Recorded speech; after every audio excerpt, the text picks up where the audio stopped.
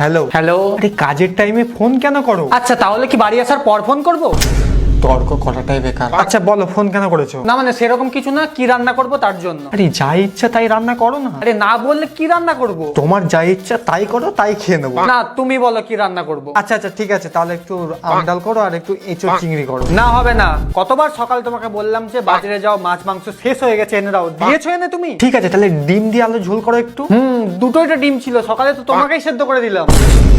ওরে আমার মা, যা ইচ্ছা তাই করো, আমি তাই খেয়ে নেবো বাড়ি গিয়ে, সত্যি বলছি। না না তুমি বলো। আচ্ছা তাহলে একটু ডাল করো, তার সঙ্গে একটু সোয়াবিন আলু তরকারি করো, তাহলে তো হবে। আরে ওটা শনিবারের জন্য তুলে রেখেছি, আজকেই যদি এইসব খেয়ে নিই তাহলে শনিবারে নিরামিষ কি খাবো? দেখো তোমার যা ইচ্ছা তাই করো, প্লিজ আমাকে কাজটা করতে দাও। কি যা ইচ্ছা তাই করো, তুমি বলো কি করবো সেটাই করবো। আচ্ছা তুমি বলো তুমি কি করতে পারবে? আমি তো সজনের ডাঁটা আর আলু দিয়ে তরকারি করেই রেখেছি। তাহলে এতক্ষণ ধরে তুমি কি খাবে তুমি কি খাবে করছিলে কেন? ও মনে হলো তাই একবার জিজ্ঞাসা করা দরকার, তাই জিজ্ঞাসা করলাম। এখন আমার অনেক কাজ আছে, রাখো এখন।